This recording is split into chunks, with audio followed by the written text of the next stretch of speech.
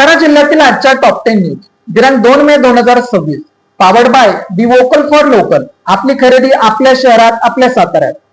कोरेगावमध्ये राजाभाऊ वर्गे यांच्या जनसंपर्क कार्यालयाचे पालकमंत्री शंभूराज देसाई यांच्या हस्ते उद्घाटन.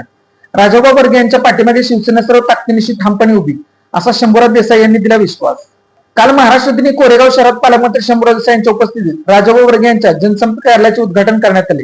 यावेळी माजी नगराध्यक्ष राजाभाऊ वर्गे यांनी जोरदार शक्ती प्रदर्शन केले. हजारो शिवसैनिक आणि समर्थक यावेळी कार्यक्रमाला उपस्थित होते. राजाभाऊ वर्गे यांच्या पाठीमागे शिवसेना सर्व ताकदीनिशी ठामपणे उभी आहे, असा विश्वास यावेळी शंभूराज देसाई यांनी उपस्थित जनसमूहासमोर दिला. कराड तालुक्यातील तासवडे टोल नाक्यावर माजी मंत्री बाळासाहेब पाटील यांनी शेतकरी वाहनधारकांसह केले चक्काजाम आंदोलन. रस्त्याच्या कामाचा दर्जा अत्यंत खराब असल्याने व कामामध्ये अत्यंत व्यय होत असल्याच्या कारणावरून वाहनधारकांना शेतकऱ्यांना नाहक त्रास सहन करावा लागत आहे. संतप्त झालेल्या वाहनधारक शेतकऱ्यांसह माजी मंत्री बाळासाहेब पाटील यांनी तासवडे टोल नाक्यावर चक्काजाम आंदोलन केले. यावेळी बाळासाहेब पाटील म्हणाले, उमरपासून कृष्णा नदी क्रॉस केली की गेले 3 महिने काम बंद ठेवलेले आहे, त्यामुळे अपघात होतात, त्याकडे पोलीस प्रशासन सुद्धा बघत नाही.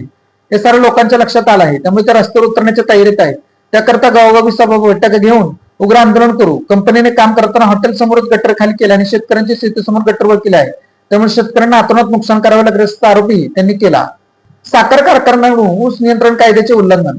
14 दिवसात एफआरपी देणे बंधनकारक असतानाही अनेक कारखान्यांकडून विलंब.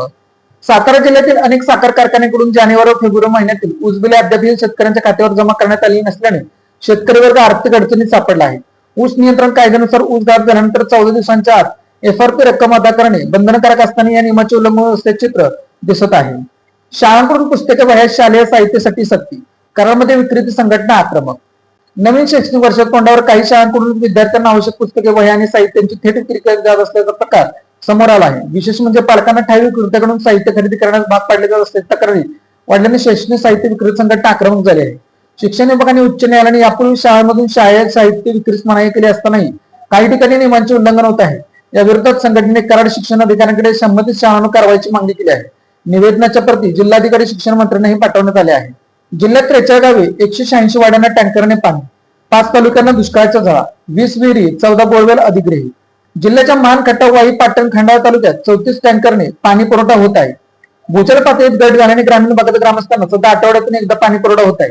सध्या जिल्ह्यात 43 गावे 186 वाड्यांना टँकरने पाणी पुरवठा करण्यात येत आहे. मान तालुक्यात सर्वाधिक टँकर सुरू आहे.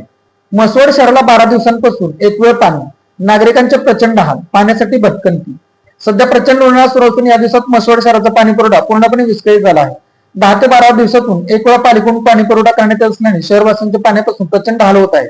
भीषण टंचाईमुळे म्हसवडकरांवर पाणी करण्याची वेळ आली आहे. मान तालुक्यातील सर्वाधिक लोकसंख्येच्या म्हसवड शहरातील नागरिकांनाही पाणी टंचाईचा सामना करावा लागत असल्यामुळे आश्चर्य व्यक्त करण्यात येत आहे. 8 ते 10-12 दिवसाआड व्यवहार पाणी पुरवठा केला जात असल्याने नागरिक पाण्यासाठी व इकडे तिकडे भटकत आहेत.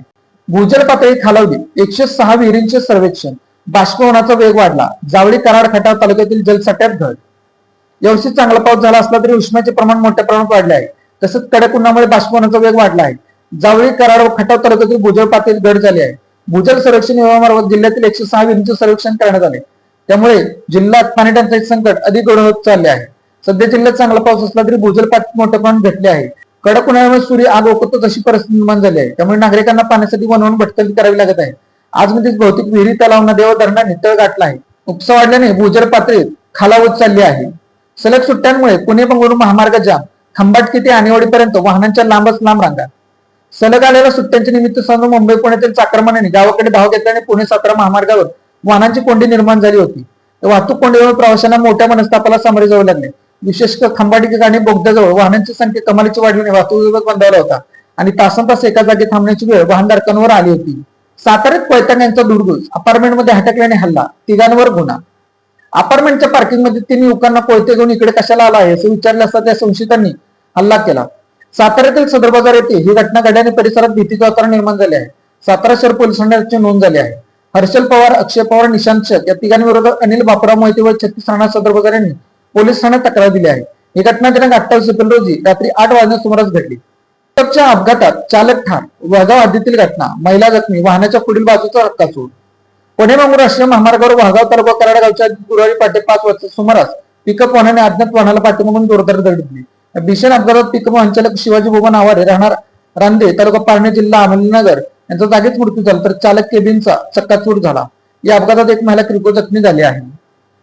Made in Satara bags, Satara शहरातील महिलांनी बनवलेल्या उत्तम प्रकारच्या बॅग. संपर्क 959415 Lalit tailors, look good feel good. शाळा, कॉलेज, विविध व्यवसाय या ठिकाणी लागणारे जॅकेट बनवून मिळवण्याचे योग्य ठिकाण पवई नाका सातारा. सातारा जिल्ह्यातील अशाच विश्लेषणात्मक बातम्यांसाठी जिल्हा सातारा या न्यूज चॅनलच्या सर्व सोशल मीडिया प्लॅटफॉर्मला फॉलो करा. व्हिडिओ लाईक करा, व्हिडिओ हाईप करा, व्हिडिओवर कमेंट करा आणि व्हिडिओ जास्तीत जास्त लोकांपर्यंत शेअर करा.